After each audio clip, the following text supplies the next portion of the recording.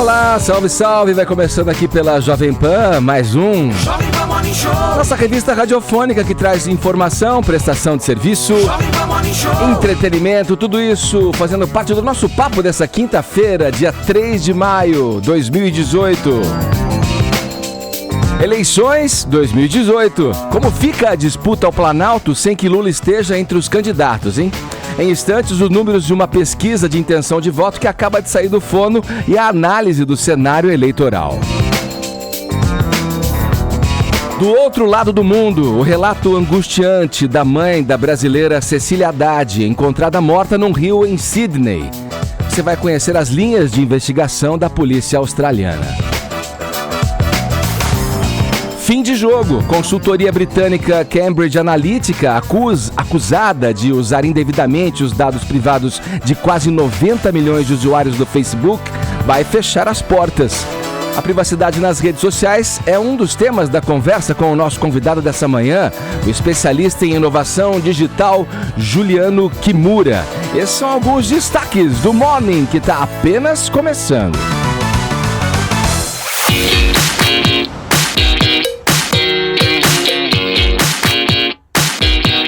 Bom, e o dia começou quente, hein? Com a Polícia Federal deflagrando a operação Câmbio Desligo. É mais uma fase da Lava Jato, dessa vez contra doleiros. Desde cedo estão sendo cumpridos mandados de prisão e de busca e apreensão no Rio de Janeiro, São Paulo, Minas Gerais, Rio Grande do Sul, Distrito Federal e também no Paraguai e no Uruguai. Cláudio Rúlio Tognoli, bom dia. Bom dia, Edgar. Vamos lá, são duas linhas, hein, Tognoli, que você tem aí para falar pra gente de forma bem objetiva o que a gente precisa saber sobre essa ação da PF em conjunto com o Ministério Público Federal. Os doleiros Tony e Juca Bala, que operavam para o Sérgio Cabral, têm 3 mil offshores, empresas fictícias em 52 países. Isso trazia lucros astronômicos, e eu estou fazendo um pleonasmo porque tudo surgiu a partir da delação premiada do Renato Chebar, que era o doleiro particular do Sérgio Cabral e que foi presidente do Sindicato dos Astrólogos do Rio de Janeiro. Daí a expressão lucros astronômicos. Vamos lá, o Morning está abrindo as portas dessa quinta-feira. Já podemos divulgar nossa hashtag para o engajamento geral da nossa audiência. Paulinha, bom dia. Bom dia, senhor Edgar. Você sabe que hoje todo esse departamento foi tomado por o quê?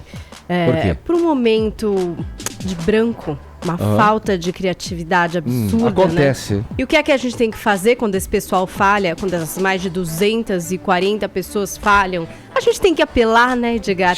Por uma coisa sensacionalista, uma hashtag barata, que pode render alguma coisa entre os assuntos mais comentados do Brasil. É com muita cara de pau que hoje eu lanço uma hashtag. Eu tenho certeza que você tem algo para contribuir, para participar. Hashtag o melhor programa de rádio é... Eu tenho certeza que você tem um print desse programa com um certo apresentador que já foi VJ Pão. Eu tenho certeza que alguns de vocês já vieram aqui num estúdio multicolorido e tem uma fotinho para compartilhar aqui na internet. Então vamos lá, a hashtag é o melhor programa de rádio é. Vocês participam do Morning Show usando a tag. Claro que se a gente for para os assuntos mais comentados do Brasil, tem prêmio para vocês. Você tá engraçadinha hoje, né? Eu tô muito engraçadinha. Eu comi palhacitos de manhã. Olha que outra forma de você interagir com a gente, com o melhor programa de rádio do mundo. Hashtag, sei lá. É pelo nosso WhatsApp, 11 931 17009, tá bom? Nosso tema aqui é sério, tá? Não é brincadeira, é sério porque a gente vai tratar do desabamento do prédio aqui no centro de São Paulo. De quem é a culpa por essa situação? Gente morando em condições precárias, um prédio da União abandonado, líderes sem teto cobrando aluguel dessas pessoas, se aproveitando da situação vulnerável dessas pessoas.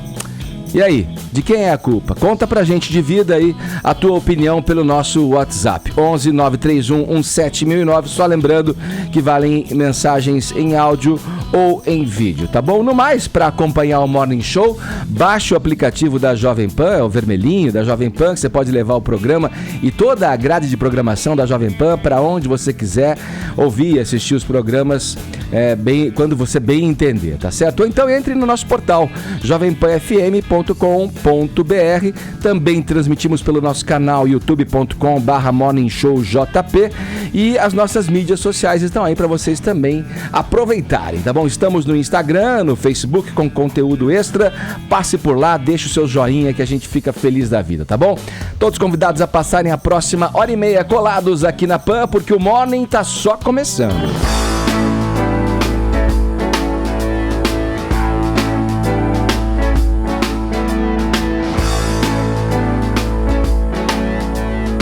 Vamos lá, pessoal, presta atenção nessa história aqui, olha, um homem de 29 anos foi uma das pessoas que se sensibilizaram com o que aconteceu no centro de São Paulo, com essas pessoas que moravam no prédio que veio abaixo na madrugada de terça-feira.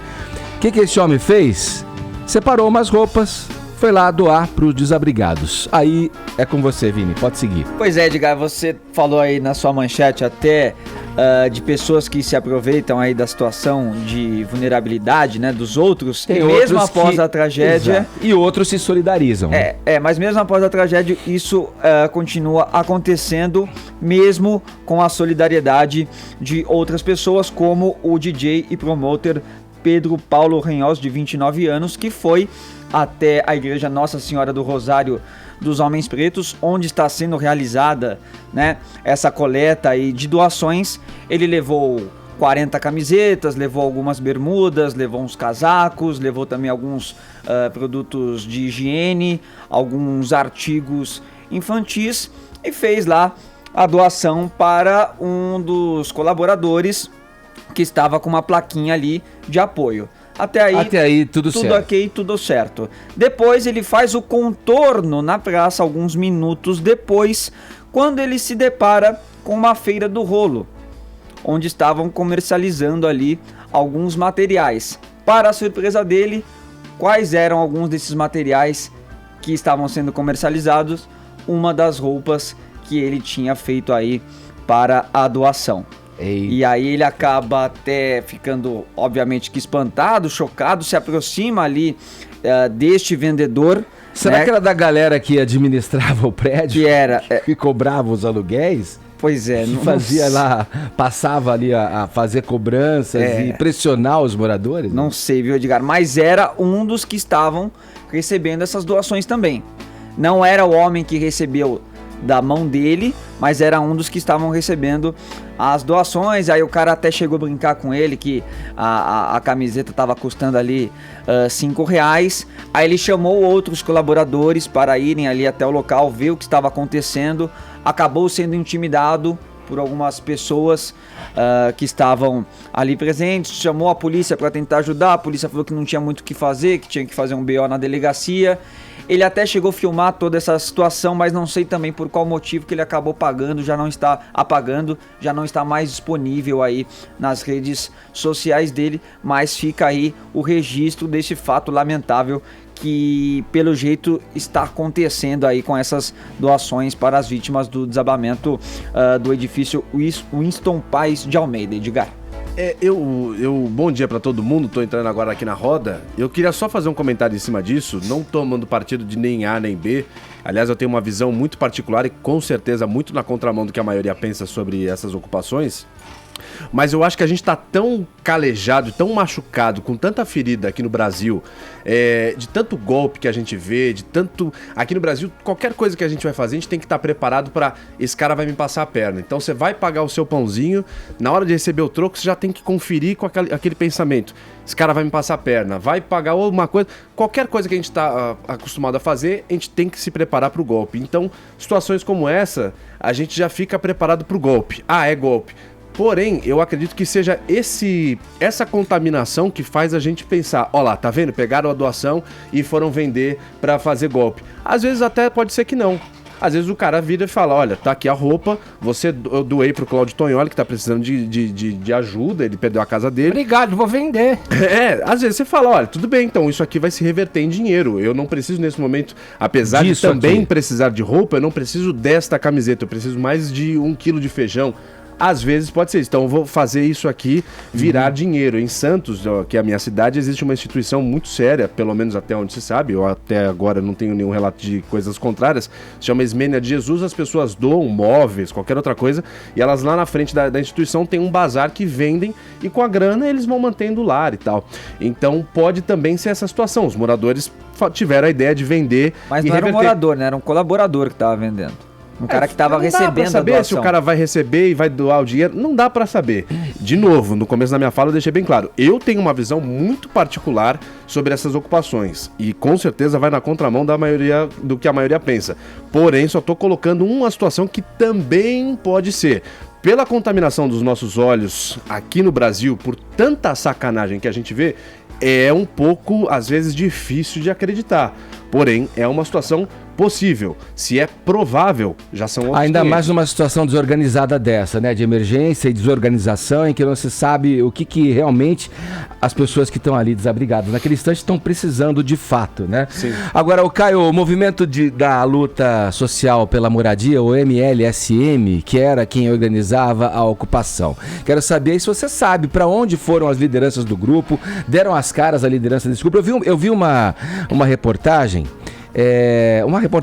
Uma fala de um sujeito que estava no meio das pessoas ali, dizendo que era quem invadia os prédios e organizava a ocupação. E depois essa pessoa não vi mais. Depois ele apareceu organizando um pouco os desabrigados ali, mas ele era uma das lideranças ali, um dos caras que acho que fazia a cobrança juntamente com o porteiro, se eu não estou enganado. Deram as caras dessas pessoas, foram localizadas, e aí? Deram sim. Óbvio que não, evidente que não. Esse negócio de movimento é uma tremenda de uma balela. É o tal do Ananias que você tá falando, Edgar. Esse Ananias, já tem o nome dele e tudo? Sim, ele foi reconhecido por alguns moradores que estão ali na porta da igreja, que ficava em frente ao prédio que caiu. O tal do Ananias era quem recolhia a grana. E a foto que tá circulando pelas redes sociais, que o pessoal usou, aqui chegaram nos moradores lá no Largo do Paissandu, olha, era esse cara aqui? Sim, era esse cara que cobrava de mim todo mês. Olha, aí chegava pra outro, era esse cara aqui? Era esse mesmo. É uma foto dele num carro com um banco de couro caramelo. Quando o carro tem banco de couro já é chique. Quando é preto é o normal. Quando tem banco de couro caramelo é porque é mais chique ainda. E um tetão solar, velho, ali em cima dele. O caramelo é que define É um preciosismo, né? Mas eu como gosto de carro posso falar isso com propriedade. Esse tal de Ananias, ele recolhia a grana, que era no mínimo paga em R$200 por mês por família. E aí podia variar até R$500. Até R$500, dependendo do espaço que a pessoa ocupava ali dentro do prédio. Esse sujeito, que é do movimento da luta social pela moradia, que pra mim trocar dessas palavras por lixo ainda sai caro, você tem também, não estou criticando quem é a vítima. As pessoas que estavam ali pagando, muitas vezes eram coitadas que acreditavam nas balelas contadas por essas pessoas que administravam essa grana. Esse era o movimento que administrava agora aquela ocupação. Mas quem invadiu o prédio era um outro movimento, que era o movimento Luta por Moradia Digna. Agora assumiram os dois. Esse movimento Luta por Moradia Digna que era liderado por um cara chamado Ricardo, que invadiu o prédio, já cumpriu pena, já foi condenado por crime de receptação, já cumpriu pena por furtar, por furto qualificado, por roubar água da Sabesp, eletricidade da Eletropaulo e tal. Recolhia R$300 a R$600 do pessoal no início, para dizer que ia pagar Eletropaulo, Sabesp, não pagava nada, não pagava ninguém. Aí a promotoria virou e falou, esse cara tá roubando água, tá roubando luz. Então os sujeitos cobram pra não fazer nada, pra botar o dinheiro no bolso, aí andar com carro de banco de couro caramelo e teto solar. Você que tá ouvindo a gente agora no trânsito, seu carro tem banco de couro? É caramelo? Tem teto solar? Bom, enfim, esses dois sujeitos sumiram e agora tem aparecido um outro movimento, que é o movimento do grito por moradia. Os movimentos nessas horas surgem que nem barata surge no doce, no açúcar, Edgar. Sumiram todos. E aí? Muito se fala dessas organizações, inclusive a participação de organizações criminosas junto a esses prédios. A gente fez uma conta rápida aqui, por um valor até irrisório de R$200 o aluguel nesse prédio, daria a soma de R$30 mil por mês de arrecadação entre os moradores. Eu quero, caríssimo Edgar, lembrar ao nosso ouvinte que há um golpe muito antigo, que é você se mascarar de movimento de esquerda para ganhar dinheiro com movimentos criminosos. Tem um exemplo muito claro dos 10 caras que sequestraram o Abílio Diniz, que foi libertado a 17 de dezembro de 89, dia em que o Collor ganhou o segundo turno das eleições do Lula.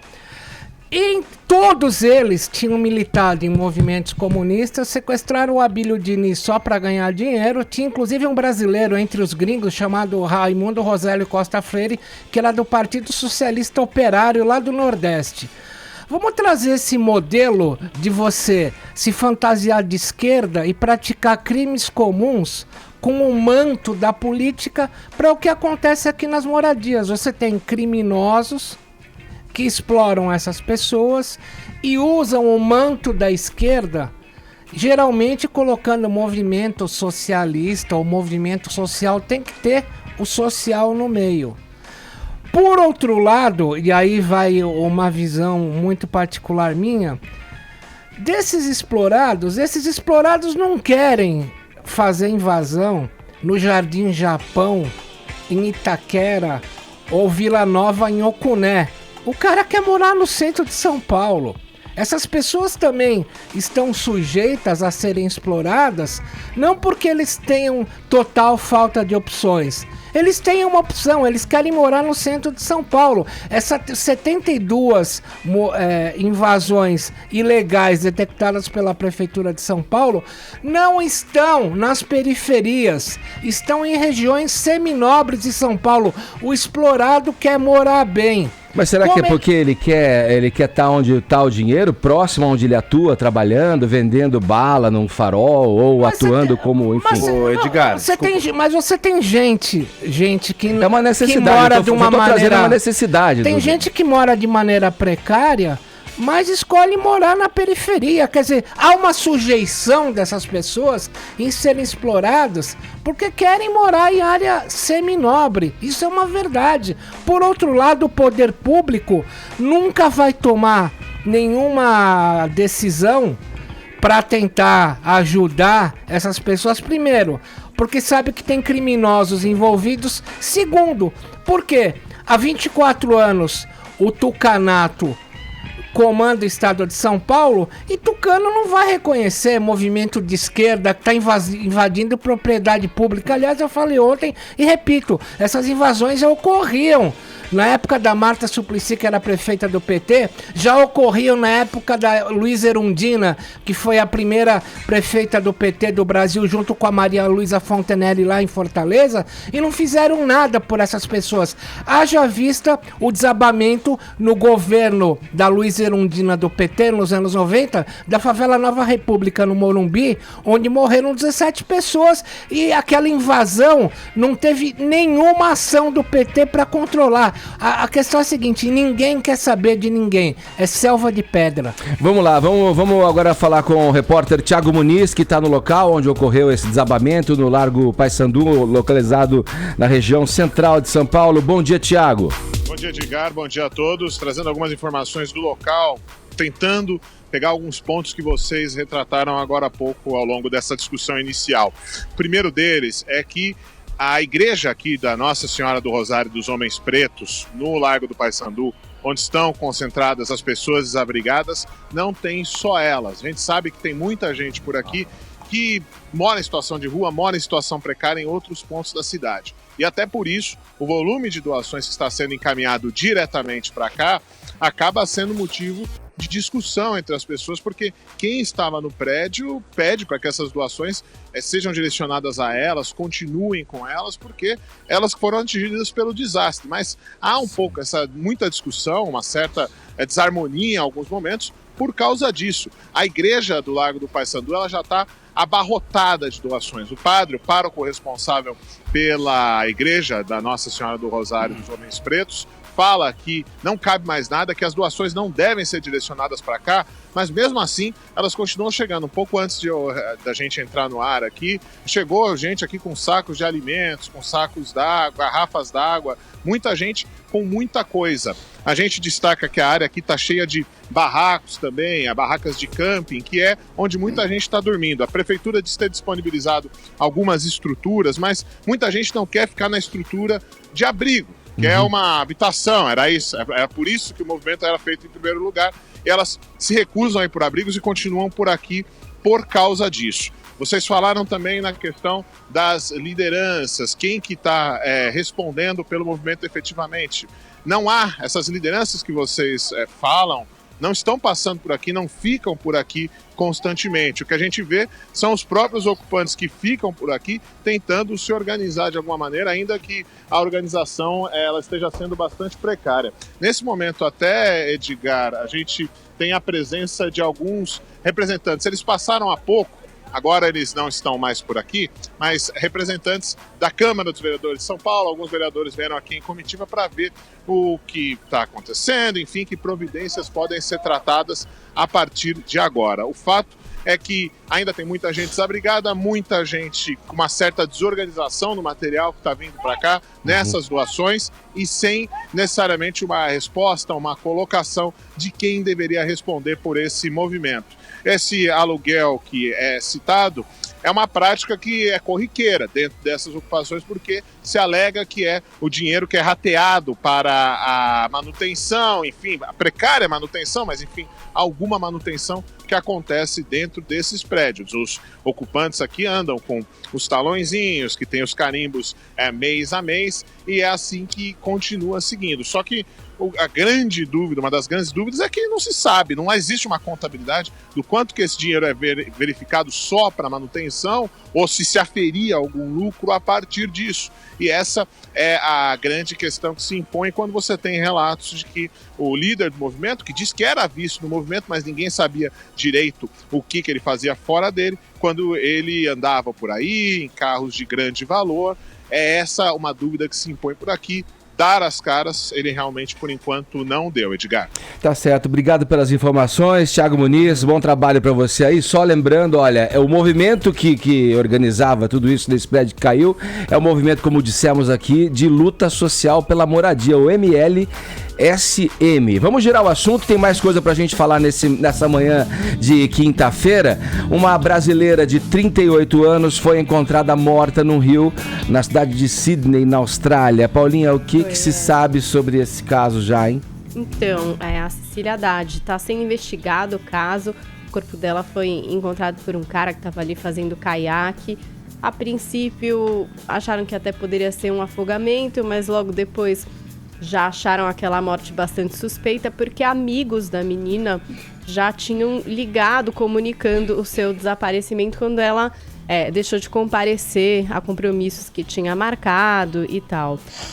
A polícia está investigando, conversando com os amigos dessa menina. Aliás, ela tinha muitos amigos em Sydney, morava na Austrália desde 2007, em Sydney desde 2016. Estava empregada, tinha sido gerente de uma empresa de transporte de mercadorias, agora tinha aberto sua empresa de consultoria. Antes de desaparecer, tinha comparecido a um churrasco, falou com os amigos na manhã seguinte, e é aí que as coisas não se explicam. O que aconteceu com ela a partir daí? O carro dela foi encontrado numa estação de trem de um bairro de classe média alta, perto dali da onde ela morava. E a linha de investigação principal está buscando um ex-namorado dessa brasileira, um brasileiro também, Mário Marcelo Santoro, que esteve em Sydney no último final de semana e voltou para o Brasil, aparentemente antecipando essa volta, então teria voltado para o Rio de Janeiro. Então a polícia na Austrália está contando com a colaboração da Polícia Federal para poder chegar nesse cara para conversar com ele. Então essa é a principal linha de investigação por enquanto. A mãe dessa brasileira falou com o jornal The Sydney Morning Herald, que está super abalada, que ela passou por uma recente cirurgia de coração, então tá vendo como é que faz para ir para lá, enfim, Quem reconheceu o corpo da Cecília foi o ex-marido dela, que também mora na Austrália, então saiu de uma cidade de Perth e foi até Sydney para fazer o reconhecimento oficial do corpo. E é isso, a mãe tá super abalada mesmo, ela quer justiça, né, como qualquer um, mas principalmente os pais da vítima, num caso como esse, né, que encontre quem fez isso com a filha. Né? E já saiu também a autópsia do corpo, então essa possibilidade, por exemplo, de um afogamento eventual foi descartada.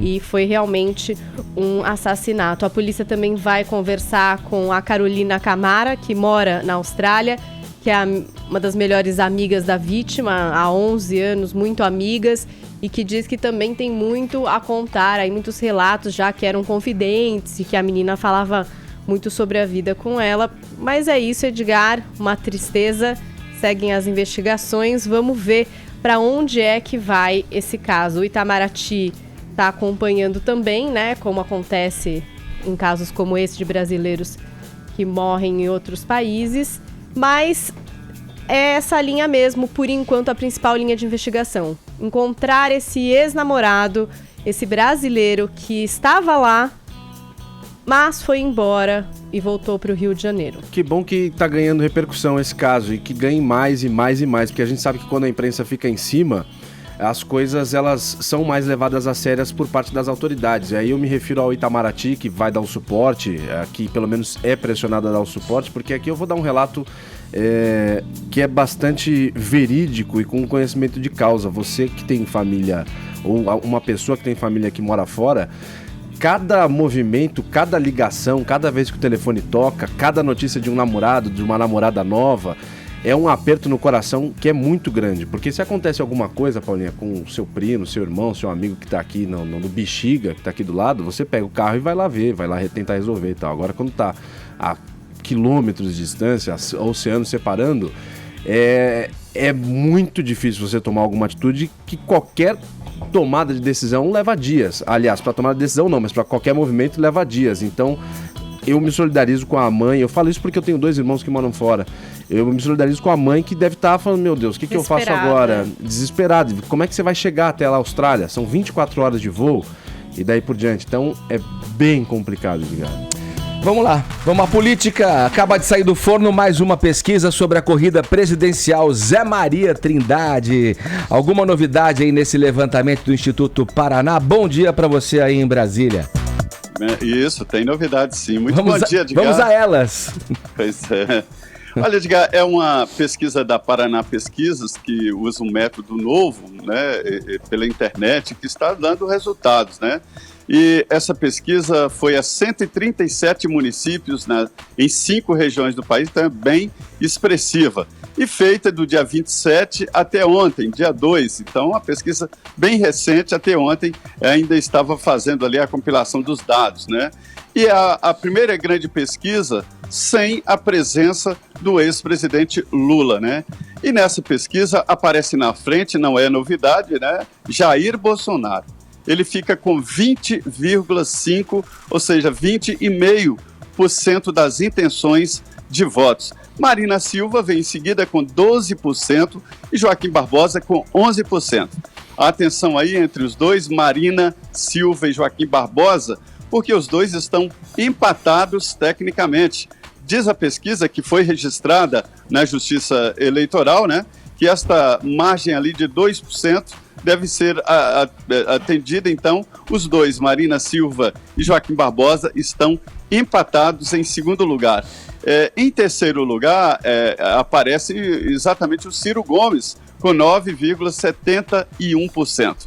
Geraldo Alckmin, 8,1%. Álvaro Dias, com 5,9%. E já sendo apresentado como candidato do PT, o ex-prefeito de São Paulo, Fernando Haddad, fica com 2,7%.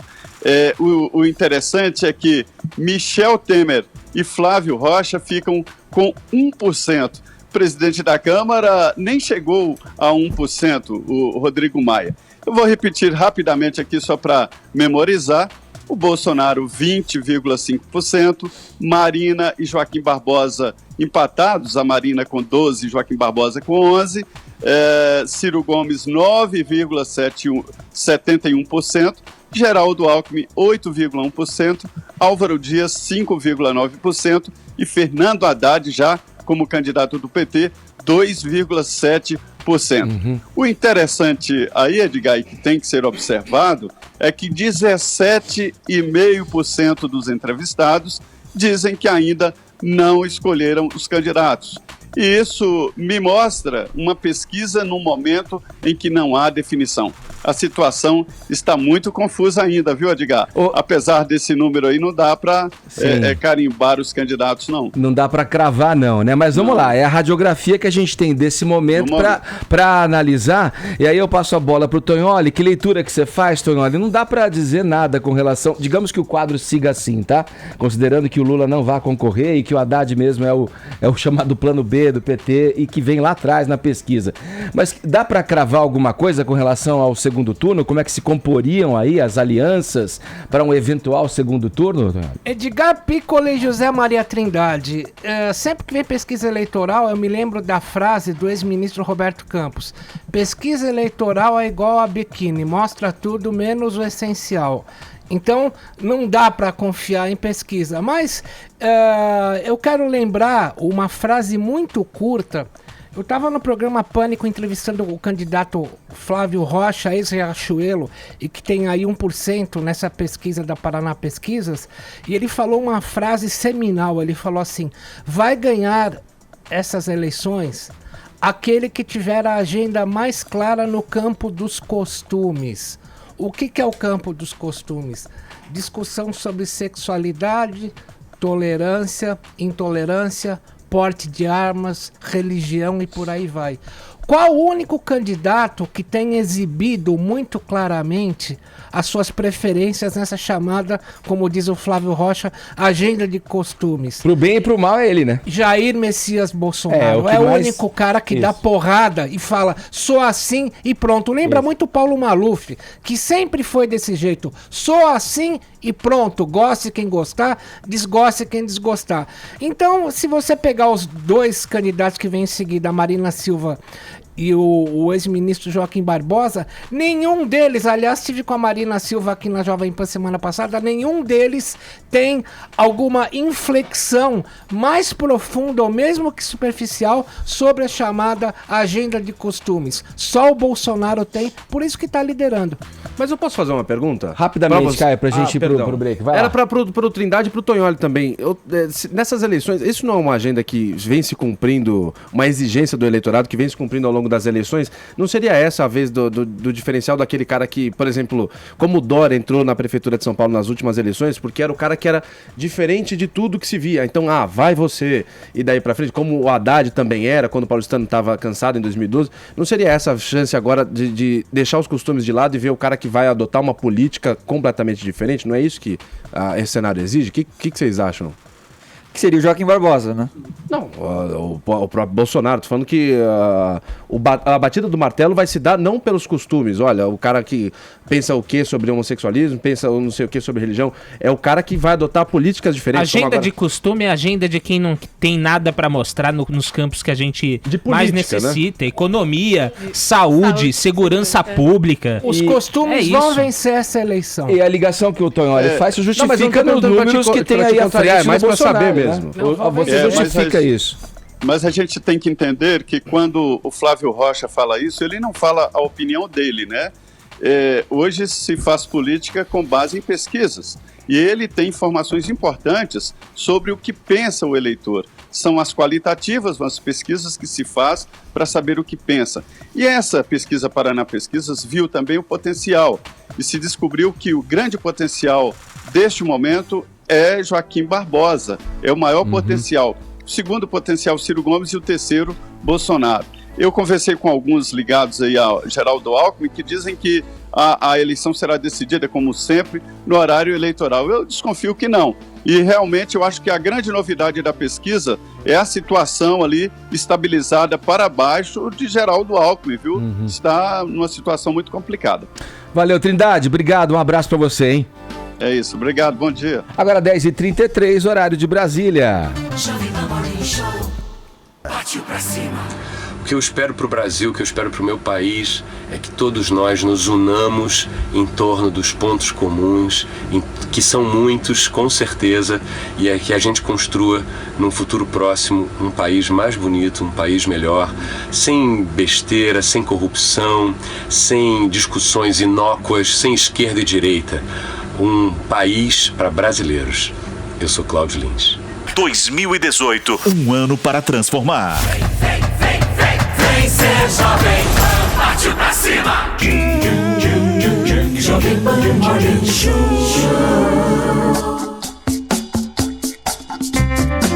Pivô do escândalo sobre o uso indevido de dados de quase 90 milhões de usuários do Facebook, a consultoria britânica Cambridge Analytica anunciou ontem que vai interromper todas as atividades, tanto ela quanto a sua matriz SL Elections. Iniciaram os procedimentos ao fim dos quais vão se declarar insolventes.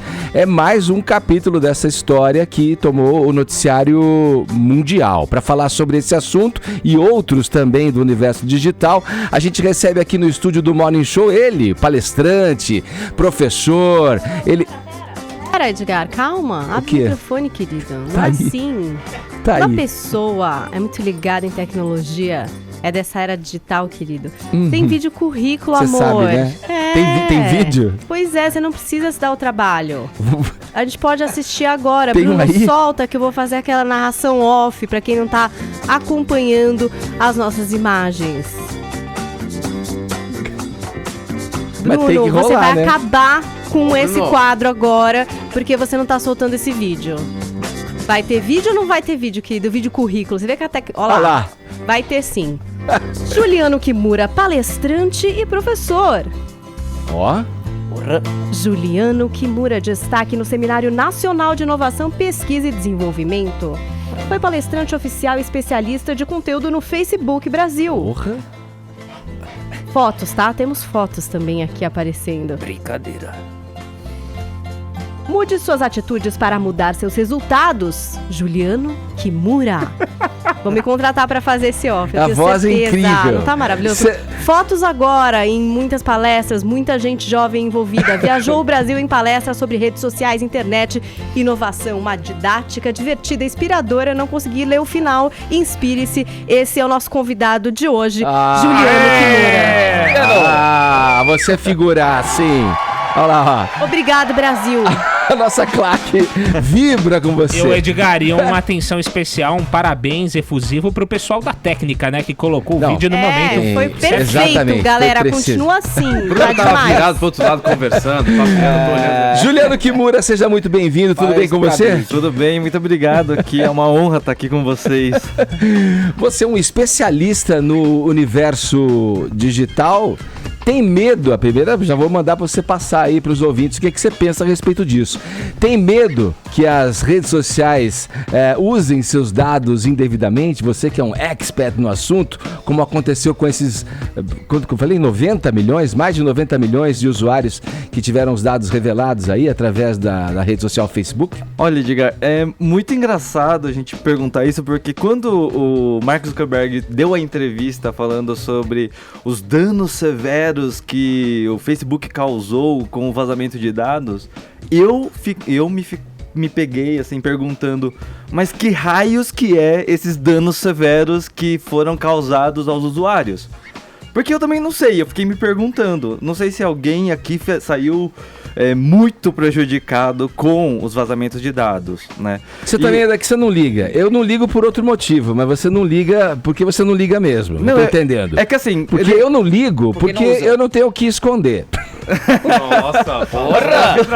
As pessoas têm medo, mas elas não entendem do que ela tem medo, né? Ela quer, meus vazamentos de dados. Só que quando você entrou no Facebook, você já está publicando, você já está dizendo tudo que você gosta. Você clicou ali no concordo. No concordo. Então, assim, se você não quer seus dados sendo utilizados, você não usa a plataforma. É muito simples. Concordo, né? Em gênero, número e grau. Porque, assim, se a gente falar de dados, o Google, o Facebook a Microsoft, o Windows, eles têm muito mais dados do que o próprio Facebook, se você for imaginar. É isso que eu ia falar, é que a gente hoje, para imaginar a internet e os nossos dados, é meio difícil de separar, porque quando você entra na internet, o que você faz? Você procura alguma coisa no Google, você vê um vídeo no YouTube, todos esses lugares são empresas que teoricamente te fornecem um serviço gratuito. Mas não é gratuito, não tem né? almoço grátis. Porque eles estão sempre analisando aquilo que a gente faz para poder vender. Aí quando eles começam a levantar a questão, nossa, eles usaram meus dados para fazer campanhas de marketing. Que surpresa, mas isso é feito desde o início dos anúncios em qualquer uma das plataformas, tanto quanto Google, Facebook, qualquer uma. Eu que sou técnico matuto já sabia disso desde o início. Por que as pessoas não sabem? O Juliano, pessoal, é autor desse livro aqui que você que nos acompanha pela imagem, está vendo aqui em minhas mãos o livro secreto das redes sociais. E hoje, às 19 horas, vai rolar uma sessão de autógrafos na Livraria Cultura, aqui do Conjunto Nacional, na Avenida Paulista. Bom, é um título pretensioso pra gente começar falando, hein? O que tem de revelador? O que devemos saber sobre isso aqui? Olha, eu tento colocar no livro uma série de ideias que as pessoas, quando elas estão usando as redes sociais, elas não se atentam, elas não lembram que as redes sociais, na verdade, a rede social, a plataforma em si, ela é só um código, né? Por exemplo, o Facebook é um monte de linhas de programação. Então, quem define o valor do conteúdo, na verdade, são os próprios usuários. E eu fico pirado, assim, quando as pessoas começam a falar que o conteúdo... o Facebook fez algo. O Facebook decidiu quem vai ser o presidente. Pessoal, o Facebook não decide nada. Na verdade, quem decide as coisas são as pessoas. E é uma massa de pessoas, que são milhões de usuários, que são é como se fosse um conhecimento coletivo, né? Então, na verdade, o pessoal fala assim, eles botam culpa no Facebook e eles se isentam da responsabilidade sobre a informação. Ou seja... Porque você está querendo dizer, quem fez uma fake news, por exemplo, não foi o Facebook. Exato. Foi alguém que usou o Facebook só como plataforma. Aí eu tô embarcando na do Juliano, hein? Tá me conversando, hein? O Facebook, se ninguém publicasse nada, ou nenhum veículo tivesse lá publicando notícias em perfis oficiais, enfim. Alguém o que é que você iria ver lá? Isso, alguém... Tem uma dúvida de usuário. Já que você falou que a gente tem... Usuário do quê? De site. Sim. Aqueles outros produtos a gente sabe que ele parou. Silêncio. O Zé de Abreu já avisou isso aqui há muito tempo. Lembrou do Zé de Abreu. A pergunta é a seguinte. Eu inaugurei um site pessoal de notícias. E a semana passada foi instalado o AdSense, o sistema de anúncios do Google. Sim. De repente, eu abro, um dia depois que foi instalado o AdSense, começou a aparecer um anúncio, você busca uma companheira russa, clique aqui. Aí eu me pergunto, eu nunca entrei em site, nunca mesmo, quando eu era moleque não comprava a revista Playboy, eu nunca entrei em site de busca de mulher. Por que foi cair no meu AdSense, o sistema de anúncio do Google, um site de paquera em busca de mulher russa? Eles viram que você tava muito carente, Tony. Que assim, é um mar de informações, né? Eu não sei se você colocou no seu Facebook que você está solteiro... Ou se... Porque isso pode ser utilizado, né? Se pode, no independente da onde Falou que uma coisa genial agora. Se o cara põe, não é o meu caso, se o cara põe que é solteiro no Facebook, o Facebook pode se comunicar com a AdSense do Google? Existem algumas ferramentas que você consegue fazer um remarketing sobre as informações. Então, tanto e vice-versa, porque assim, o sonho do Facebook é ser como se fosse um Google, né? Porque quando eles estavam trabalhando há anos atrás sobre a busca social, né, o social search, eles queriam fazer uma busca que você pudesse realizar dentro do Facebook. Enquanto isso, o Google quer ser uma espécie de rede social, com o Google Plus que nunca virou. Né? Então assim, um quer ser o outro, mas eles ficam naquela coisa mais polida. Então eles nem se consideram concorrentes em si, né? Assim, só eles têm a mesma verba de mídia, mas, por exemplo, são 2 canais totalmente distintos, né? E a inteligência que é utilizada, ela pode ser usada de inúmeras maneiras, como foi o caso da Cambridge Analytics, né? Porque eles falam que eles colocam a culpa da escolha do Trump em cima do uso da plataforma para comunicação. Só que alguém recebeu essa comunicação, alguém tomou uma decisão e ninguém forçou ninguém a acreditar naquela informação, né? Então o Facebook em si, como ferramenta, ele não tem nenhum poder de manipulação na reação do usuário. De manipulação não, mas de filtro. É isso que se cobra do Facebook. As pessoas ficam... Por que ele não identifica essas notícias falsas, não consegue derrubar essas notícias para que eles... Então, porque eles imaginam que as pessoas estão sendo enganadas, exatamente. Né? Ou porque ele vende isso a preço muito vantajoso, isso. Não, é porque assim, como tem 1 milhão... Imagina quantas pessoas publicam conteúdo. Todo mundo. Imagina, com a tia, são milhões. Uma matéria que você gostou. Exato, são milhões de informações. Como que alguém pode ter curadoria de falar esse conteúdo é bom, esse conteúdo é ruim? Seria necessário milhões de macaquinhos falando, não, isso daqui pode ir, isso daqui não pode ir. E não é, isso não existe. E mesmo para você mudar alguma coisa no algoritmo para manipular a informação, é necessário, imagina que isso é uma base de dados, é um banco de dados, então isso compromete a performance do site. Então isso não pode ser, isso não é nem feito, não é possível nem tecnicamente isso. Então quando o Mark Zuckerberg fala que ele vai melhorar as formas de barrar as fake news dentro do Facebook... Ele vai usar conhecimento, ele vai usar a inteligência coletiva. Então, assim, ele tem que melhorar o algoritmo para fazer com que as pessoas... denunciem. Exatamente. É uma autocuradoria. Então, as pessoas denunciam se aquilo é falso, se aquilo é verdadeiro. Só que isso é feito com as pessoas. As pessoas trabalham para a plataforma, é a comunidade. O Facebook não decide nada disso, são as próprias pessoas. Por exemplo, o pessoal fala de páginas de Facebook que saíram do ar misteriosamente. Aí eles alegam que o Facebook tirou aquilo arbitrariamente. Ah, não, o Facebook quis tirar a página do ar.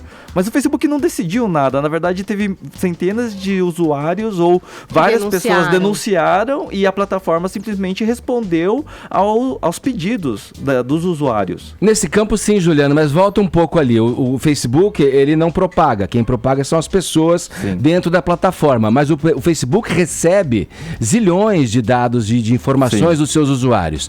Que aí podem ser, sim, oferecidos enfim, como negócio. Pra mim, olha, falando aqui do que eu vejo, do que eu penso. Até quando aconteceu essa questão com a Cambridge Analytics e que esses dados caíram, né, foram divulgados todos, eu falei, pô, tá na cara que esses caras atuaram conjuntamente. Agora vem lá um falando que não, olha, vamos verificar, vamos apurar isso. Aí o cara da Analytics, agora que vai fechar, antes disso ele vai lá, tem o vídeo dele mostrando, falando da campanha. Quer dizer, é uma preciosidade esses dados. E aí isso sim está na mão da ferramenta. Sim, está na mão das ferramentas e na verdade está na mão de qualquer pessoa. Porque hoje, por exemplo, eu, você ou qualquer pessoa dessa sala consegue criar anúncios com inteligência. Por exemplo, pessoas que gostam de chocolate. Aí você coloca que moram a 1 quilômetro da sua casa. Da onde eu vendo, da minha todo loja. mundo consegue fazer isso. Todo mundo. Então, assim, qualquer pessoa, qualquer empresa. O que ele está querendo dizer é que o Facebook abre essa possibilidade de você nichar para quem você quer falar, para todas as pessoas. Então os dados são anônimos. Então, assim, a mesma ferramenta, assim, não a mesma, mas pode ser que tenha outros dados. Mas, por exemplo, na ferramenta de anúncio, você tem, por exemplo, comportamento. Eu sei quem usa tipos de aparelhos de celular, por exemplo. Quem gosta de tal série. Então essas informações são preciosas, sim, mas ela não invade a privacidade de ninguém, porque todo mundo está em uma massa anônima. E como ganhar dinheiro com isso? Todo mundo quer ganhar uma grana com isso, quer se dar bem com isso. Não, tem receita aqui nesse livro? Vamos encontrar uma receita para ficar milionário aqui? Tem formas de você usar a rede social melhor. Isso eu garanto que, assim, no livro secreto a gente fala muito sobre por que a rede social funciona e não muito como, né, elas funcionam. Porque se você ficar pensando, tipo, o que a gente tem que fazer muda o tempo todo, mas o porquê se faz é sempre o mesmo. Isso que você falou, o que precisa fazer muda o tempo todo e muda mesmo, porque direto a gente vem aqui falar, por exemplo, que, sei lá, o Facebook vai dar mais força para posts dos nossos amigos e vai deixar de lado o post das empresas. Sim. E aí até várias empresas ficam revoltadas e acabam falando, bom, então eu vou sair da plataforma porque pra mim não tem vantagem nenhuma. Mas como que a gente deve se comportar? Porque às vezes dá vontade, vou sair desse Facebook então. Eu acho muito engraçado, entendeu? quando as empresas falam assim, não, eu vou sair do Facebook, não vou anunciar mais. Mas todas as mudanças de algoritmo, elas favorecem o usuário e não a empresa. Porque o usuário passa a ver menos em propagandas e menos... Então, tipo assim, pro usuário final, é excelente. Então, se a empresa vai sair, problema é dela. Mas as empresas sempre vão anunciar aonde as pessoas estão. Então, tipo, tanto faz ou tanto fez. Tipo, se as empresas querem sair, se os usuários continuarem usando, as empresas vão voltar. Não importa. Ô Juliano, quais são os principais erros das pessoas no Facebook, tirando o textão? Textão desabafo? Textão desabafo é um clássico. É um clássico. Não é um erro. Não, inclusive as pessoas adogam, né? Textão desabafo, as pessoas adogam. Então quais são os principais erros? Olha, o principal erro, na verdade, é o medo de exposição, né? Porque, por exemplo, a gente tá falando de uma plataforma que o cara tá, tipo, publicando no Facebook e ele tá lá mostrando. Aí o cara vira e fala assim, mas eu não quero que ninguém veja. Mas então por que raios você está publicando, né? Eu acho uma invasão de privacidade. Não, legal, então não poste, entendeu? Tipo, as pessoas, elas têm um medo da plataforma, né? E aí elas falam assim, mas eu quero que alguém veja. Você sabia que no Facebook é possível você escolher para quais pessoas o seu conteúdo vai ser mostrado ou não? Tipo, família, ou por exemplo, melhores amigos. Existem filtros também para o que o conteúdo... Pra todo mundo. Você tem um controle sobre isso, na real. Mas você não acha que as pessoas ainda desconhecem muito o uso da ferramenta e que por isso erram demais e depois também ficam muito desesperadas? Por exemplo, a privacidade dos meus dados, e aí é o que você falou, nem sabe que dados, entendeu? Putz, mas faz 10 anos que eles usam o Facebook, erram ainda? Erram, muito. Não, e tem dificuldade em entender pequenas coisas que poderiam resolver seus problemas, tipo, eu quero pôr uma foto do meu filho, mas só pra minha família. Dá pra você fazer isso. E nenhum amigo de trabalho ou outro vê. Só que poucos sabem como fazer isso. Ô, Juliano, ontem eu confessei nesse programa que eu sou um abutre. Ou seja, por trabalhar com polícia, quando vem vídeos policiais, eu gosto de botar no meu YouTube. No YouTube nunca deu problema, mas quando eu coloco no Facebook, eu já passei por várias situações do Facebook me bloquear por alguns dias. Quantas pessoas são necessárias para me denunciar, para bloquear o vídeo meu? Não é um número exato, não tem... Isso depende, é uma proporção. Às vezes em um curto período de tempo, X pessoas, é tudo uma fórmula matemática, né? É tudo uma programação, então não existe uma exatidão nisso. 100 pessoas precisam, 20 pessoas precisam. Isso... É uma resposta, é tipo a fórmula da Coca-Cola, assim, não dá pra gente saber o que é, como que funciona, né? A gente tá trocando uma ideia aqui no Morning Show com o Juliano Kimura, que tá lançando hoje, a partir das 19 horas, na Livraria Cultura, aqui da Avenida Paulista, o livro Secreto das Redes Sociais. Esse aqui que você tá acompanhando a gente em imagens, tá vendo em minhas mãos. A gente já volta nesse papo com o Juliano Kimura, segura aí, agora faltando 1 minuto para as 11 horas, horário de Brasília. Jovem Pan Morning Show. Jovem Pan Morning Show. Jovem Pan Morning Show. Hoje o nosso papo aqui no Morning Show é com o Juliano Kimura, ele sócio fundador do Facebook. O cara tá tecendo elogios. Ô Juliano, você trabalhou no Facebook, né? Me conta aí essa história, como é que foi a tua saída? Foi uma saída traumática ou não? Você recebeu algum tipo de pressão, do jurídico, do departamento jurídico? Eu fui palestrante do Facebook nas feiras do empreendedor em 2014 e fui especialista, trabalhei dentro do escritório, sim, né? E depois da minha saída, eu recebi algumas cartas dos advogados da Califórnia que realmente me pressionaram, dizendo que eu não podia dizer que essa era uma experiência profissional minha, né? E essas trocas de elogios entre os advogados durou aí 1 ano e meio. Mas assim, não existe uma lei no Brasil que se eu realmente executei um trabalho e eu fiz isso, e isso é comprovado que eu fiz isso, né?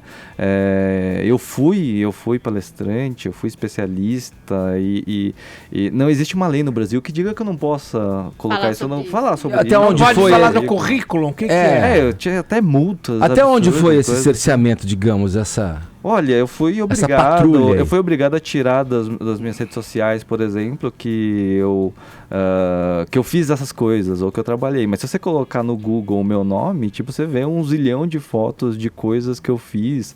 Eu trabalhei em projetos do Facebook, inúmeros projetos do Facebook, assim. O senhor tinha um contrato com eles? Eu tinha de prestador de serviço. Eu tô perguntando porque tem cláusulas de confidencialidade, né? Tem coisas que estão previstas ali, né? Contrato de trabalho, contrato de prestação de serviço normal. O famoso notinha.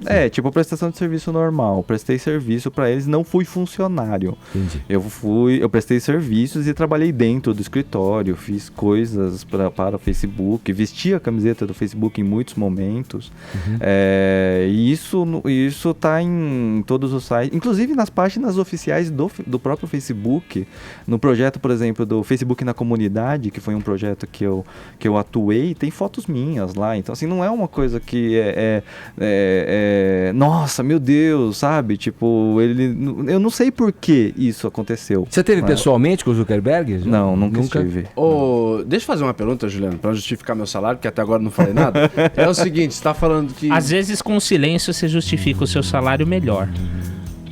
Porra, meu! Brincadeira, galera! Bom, não sei se a Claque... não sei o que a Claque acha. Cara me ama, né, velho? Eu tô de férias. O amor reprimido, como disse o Juliano. Represado. Arcon, dá um tempinho aí, dá uma segurada. É o seguinte, o Juliano, você tá falando da briga aí dos advogados e tal. Isso me faz lembrar que existem os haters. Exato. E o Arcon também me faz lembrar que existem haters na vida. Qual que é a importância dos haters, já que nós temos também uma audiência na internet tão adorável, tão amável? Qual que é o papel desses... Vocês têm haters, então? Temos. Eles odeiam... Eles são lindos, eles são mara. Eu amo vocês. Eu não tenho ninguém, mas os caras... Você não tem porque você não tá no Twitter, você não abre o YouTube. Eu não odeio ninguém, mas o que tem de gente que faz elogios e joga doçuras à minha pessoa é uma coisa impressionante. Eu queria que você falasse um pouco sobre esse caso. Olha, os haters, tudo que funciona na internet, ele funciona com interação. Na verdade, eu brinco que o combustível das redes sociais é a interação, é o diálogo, é o engajamento, né? E quando você faz, por exemplo, um post que só informa e só fala alguma coisa, tipo, sei lá, bateu um carro não sei onde, aí beleza, o pessoal curte, sei lá, mas ninguém comenta. Agora você coloca um assunto polêmico no seu Facebook, e de repente tem 50 comentários. Então o combustível para que a plataforma entregue mais, na verdade, é a interação.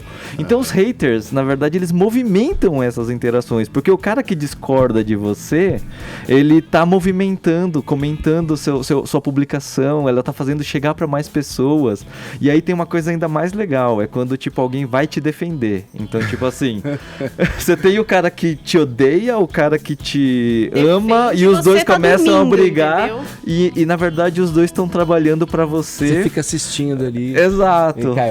Bota uma lenha na fogueira lá e o negócio... Eu costumo responder, porque perguntam muito, por que esse Caio tá fazendo aí? Esse Caio é chato. Eu respondo, falo, puta, nem eu me aguento, esse Caio é insuportável. Eu respondo as pessoas. No caso dos haters, você atacar o Lula, não tem acontecido nada, mas você falar qualquer coisa do Bolsonaro, eles vêm aos zilhões em cima da gente. Então, são os bolsominions. Tipo, a semana passada eu perdi algumas horas apagando haters bolsonaristas no meu Twitter. Eu estava errado, portanto. Eu acho que assim, a pior coisa que você pode fazer é a mesma coisa que você, assim, tipo, você entra numa discussão ou num diálogo com alguém. Aí, tipo, você quer entender até o ponto de... Eu gosto de entender as ideias das outras pessoas, eu escuto as ideias das outras pessoas. A pior coisa que você tem que fazer é quando o cara, tipo, discorda ou tem uma posição diferente de você e você tampa as orelhas e faz lá, não quero ouvir. E E quando a gente exclui as pessoas, ou as pessoas com ideias diferentes da nossa vida, na verdade a gente tá fazendo mais ou menos isso. A gente não quer escutar. Fechando a bolha. Fechando a bolha. A gente tá se fechando no nosso próprio mundo. E a gente tem que fazer o contrário. Pra gente ser exposto a novas ideias, a gente tem que realmente abraçar as pessoas que têm ideias diferentes das nossas. Inclusive quem te xinga. Inclusive sim, eu tenho até meus haters aí. Eu tenho um grupo que eu participo que são os entusiastas da social media, né? E eu tenho meus haters de estimação lá, eles... Foi meio Leandro Carnal aí. São sempre os mesmos que me odeiam, então tipo assim, é normal, é ok. Quase um conselho cristão, você tá sugerindo que a gente dê outra face. Exatamente. Você pode dar outro face. Mas é tipo a dualidade, né? Existe o bem e existe o mal, então os dois, pra que um tenha valor, o outro precisa existir. Olha lá, eu posso ler uma de ontem? Tem Star Wars agora. Posso ler uma de ontem? Que é muito boa. Tem vários tipos de grupos, né? Os entusiastas das mídias sociais, os entusiastas da pelada de segunda-feira. Leonardo Silva falou: esse Caio Rocha é muito grosseiro, muito ruim e metido a machão. Aí eu falei, não vou fazer o lá, vou responder. Aí eu falei, Leonardo Silva, querido. Alto lá, muito ruim e grosseiro, eu até concordo. Mas metido a machão, não sou metido, eu sou machão. Olha. Bom, olha, a gente trocou uma ideia aqui com o Juliano Kimura. Ele tá lançando o livro Secreto das Redes Sociais. Esse aqui que vocês que nos assistem tá vendo em minhas mãos. E o lançamento é às 19 horas hoje na Livraria Cultura do Conjunto Nacional na Avenida Paulista. Juliano, obrigado, viu? Obrigado a vocês. Queria só agradecer aí a Editora Futurama por esse lançamento incrível, e esse livro vai chegar aí nas mãos das pessoas. E só pra finalizar, tem saquê, tá, pessoal? Então, lançamento? Vai ter bebidinha lá, tá? Aqui então, você fala? Mas tem que chegar enquanto não acabar a bebida. Lá no coquetel, né? Saquê gelado e quente. Tá certo, valeu, Juliano, obrigado, viu? Agora 11 horas 13 minutos, horário de Brasília. Jovem Pan Morning Show. Jovem Pan Morning Show. Morning Show.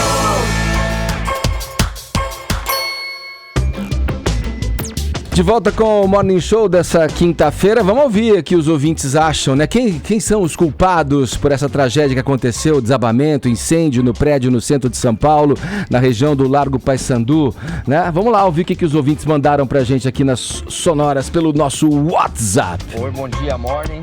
O programa tá cada dia melhor. Meu nome é Sidney, eu falo de São Paulo. Segundo o assunto de hoje aí, eu acho que a culpa sobre o desabamento, segundo a nossa Constituição, o Estado tem que garantir para todas as pessoas, né? Saúde, moradia, lazer.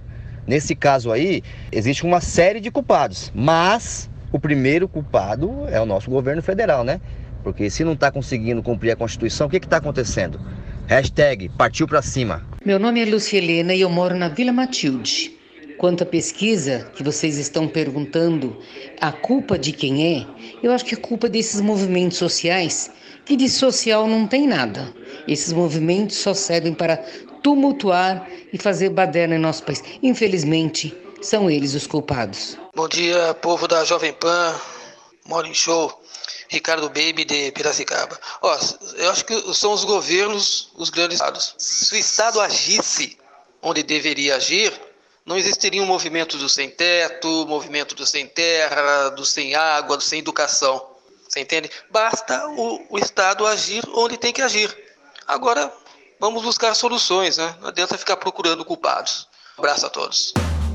Tá aí, a opinião do ouvinte aqui na nossa enquete de hoje pelo WhatsApp. Vamos em frente com os assuntos, já estamos na reta final do programa dessa quinta-feira.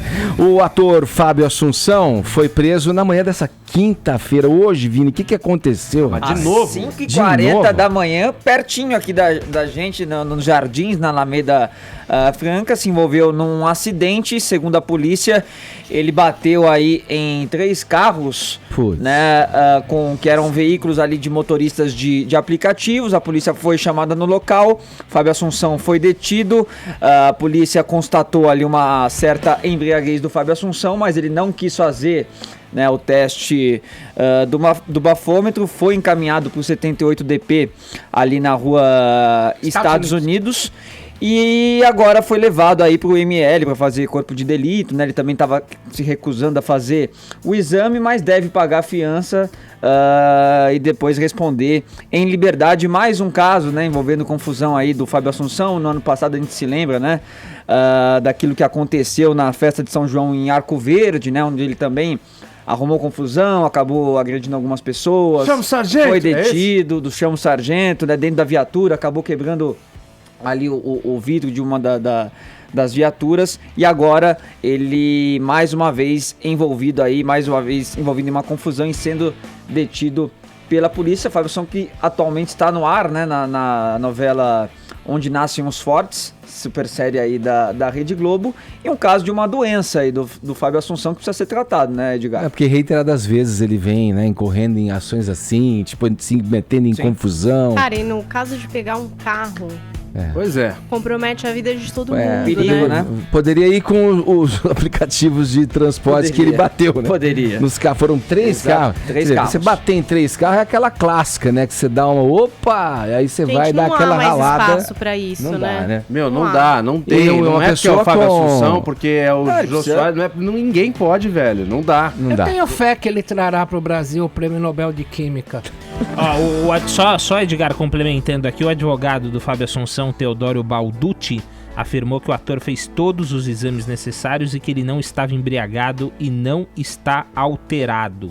5h40 da manhã, devia estar saindo de casa para ir pro trabalho cedinho. Não teria por que não fazer, né, o exame, então. Mas não já fez, o bafômetro, falou que né? não fez. O bafômetro ele se recusou. Aí se recusou? Porque isso confirmaria, seria uma forma de confirmar, olha, não estou. Ele estava também se recusando aí pro ML, mas pelo jeito agora, né, com a atualização aí do Arcom, deve ter feito. E vamos esperar então a comprovação do exame, né? Tudo bem, mas tem a versão da polícia falando que ele não fez o bafômetro e não queria ir pro ML. E eu fico com a versão da polícia, vai me desculpar. Vamos bola pra frente. O Conselho de Ética da Câmara dos Deputados arquivou nessa quarta um processo por quebra de decoro parlamentar contra o deputado João Willis, do PSOL. Vamos lá, que caso é esse mesmo, Caio? Vamos relembrar essa história? É um caso que a Comissão de Ética da Câmara dos Deputados abriu no final do ano passado, depois que o João Willis, esta nossa bela referência da política nacional, deu uma entrevista para a Leda Nagli no YouTube e falou algumas coisas meio polêmicas. Na minha nota você tira um sarro, né? Agora na sua do Fábio Assunção você passou serinho. Vamos lá, é o seguinte, vamos ver a entrevista da Leda Nagli, que esteve aqui no Morning Show, e aqui o Vini tratou ela super bem, não tirou sarro nenhum. Vamos ver o que ele falou de tão polêmico na Leda Nagli. Vamos ver. 3 coisas que você faria se o mundo tivesse data marcada para acabar, digamos, daqui a 6 meses, daqui a 1 ano. Olha, eu pediria perdão a todas as pessoas que eu feri, aquelas que eu consigo identificar, seria pedindo perdão a todo mundo. Eu acho que eu usaria todas as drogas ilícitas que eu não usei por ilicitude e eu treparia muito. Não, isso aí pode cortar, essa parte aí, valeu. Que eu já tinha pedido pra cortar. Isso aí é o seguinte, essa declaração dele que usaria drogas e transaria com um monte de gente e tal, não caiu bem. Eu peço desculpas a você que nos assiste e nos ouve por esse termo chulo do João Willis. Eu estou envergonhado por ele. Mas não caíram bem essas declarações sobre o que ele faria, porque para os deputados da Câmara, do Conselho de Ética, aliás, foram encaradas como uma apologia às drogas e à perversão sexual. Foi aberto o inquérito, uma denúncia pelo Partido da República, mas ontem, numa sessão, os deputados votaram em maioria, em 8-3, venceram para arquivar, falaram, não foi quebra de decoro, foi só uma infelicidade da parte dele, como tantas outras. Quebra de decoro, Tamara? O que você acha? Não, eu acho que... Gente, o mundo ia acabar, não ia ter depois. Nessa hipótese. Eu acho que uma esquerda mais radicalizada, como a Márcia Tiburi, o João Willis, tendem a seguir a lei do Aleister Crowley, faça tudo o que quiseres, pois tudo é da lei. Da mesma forma que o Raul Seixas fazia. Mas quando você está carregando um cargo de deputado, tem aquilo que o presidente Sarney chamava de a liturgia do cargo. E quando você está sob o cargo, você tem a liturgia do cargo. Então não cabe esse tipo de comentário. Vamos lá, hoje é quinta-feira. Quinta-feira é dia do quê? Respondam rapidamente. Cinema, velho. É isso, da pena. Dia de estreias na telona. Paulinha conta tudo pra gente. Por que a gente deve sair de casa, se meter na sala escura, Paulinha? Olha, vamos começar com um suspense, com um terrorzinho, Edgar. Todo mundo gosta de passar um medinho no cinema, né? O filme se chama A Verdade, ou desafio. Você sabe que tem esse joguinho do verdade ou desafio, né? Então ficam os amigos lá reunidos, aí fala a verdade ou desafio, aí se você contar a verdade, você vai lá e tem que contar a verdade de uma pergunta capciosa, ou você cumpre um desafio. Só que esse joguinho, Caio, querido, vai ser com o demônio, amor. E ele não perdoa, não. Satanás é você? É muito maravilhoso, porque se você mentir, falar que é verdade, mentir, você morre. Se você não pagar o desafio, você também morre. E o jogo só acaba quando todo mundo morrer. É muito maravilhoso, entendeu? Mas aí você já contou que todo mundo morre? Não, eu espero que alguém sobreviva, porque nesses filmes, aí que tá. A ideia é você o quê? Você vencer o demônio, você fugir da morte, você dar um truque nesse pessoal e ver se você sobrevive. Não tinha um filme melhor, não? Então, eu vou te falar uma coisa. Essa semana... Já teve um do copo, não teve? Não tem um que a gente Eu vou falar uma coisa pra você, Argon. Por um lado, você tem razão. Essa semana não é uma semana de boas estreias. Por quê? Porque a gente ainda tá com o blockbuster Vingadores. Guerra Infinita. E Guerra Infinita. E esse é o grande filme, pelo menos por enquanto. Então, os estúdios realmente estão com medinho. Estão com medinho, Caio, de enfrentar os heróis. Você entendeu? Agora eu vou trazer um pro Arcon que é intelectual. É o filme novo da Marion Cotillard, Os Fantasmas de Ismael. Tá bom? Tá bom esse nome pra você? É em francês, Arcon, você vai adorar. Tem a Marion Cotillard, que é vencedora do Oscar. Tem a Charlotte Gainsbourg, que eu sei que o Edgar curte. Tem também o Mathieu Amalric, que é o protagonista do Escafandro e a Borboleta. É uma história interessante, Edgar. Não é de fantasma, não. Ou não sei. Depois de assistir, você vai descobrir. Ela se passa... A gente tem um diretor de cinema... que a mulher dele, sabe o que aconteceu? Sumiu, querido. Faz 20 anos que a moça nunca mais apareceu. É a Marion Cotillard. E aí ele consegue se envolver num novo relacionamento. Ele conhece Charlotte Gainsbourg, a personagem dela, que é a Sylvia. Eles se apaixonam, estão vivendo bem juntos. Quando ele tá se preparando para entrar num novo trabalho, eles estão na praia de boas. O que acontece? A ex-mulher volta. Oi, gente, voltei. Cheguei. Como é que vocês estão? E aí eles vão ter que lidar com esse fantasma, Edgar. E aí, pra fechar as dicas de hoje, tem um outro filme aí, uma comédia que se chama Gringo Vivo ou Morto. É filme com o Joe Edgerton e também com a Charlize Theron. A história é bem maluca, é de um cara que se descobre em dívidas, ele tá na bad, ele tá mal no trabalho, tá quase falindo, ele é um super boa praça. E aí, pra dar uma volta por cima, ele recebe uma missão da empresa que ele trabalha, que é levar a fórmula de um comprimido de maconha medicinal pro México pra essa fórmula começar a ser produzida. Sim. E quando ele vai, você imagina o que é que não vai acontecer com esse gringo, entendeu? Ele vai ser sequestrado pelo narcotráfico, vai acontecer um monte de palhaçada aí nesse filme Gringo Vivo ou Morto. E lembrando que hoje também é a data da estreia de um longa nacional que a gente já comentou por aqui. A gente recebeu o Edson Celulari no programa, ele e a Soledad Villamil, que é uma atriz argentina, protagonizam Teu Mundo Não Cabe nos Meus Olhos. Que é um filme totalmente inclusivo, né? Com a linguagem de Libras, audiodescrição. Exatamente. Traz o Edson Celulari no papel de um homem cego que tem a possibilidade de enxergar novamente. E isso tudo feito através do aplicativo que você baixa, né, pra sessão de cinema, e você tem lá a audiodescrição. Exatamente.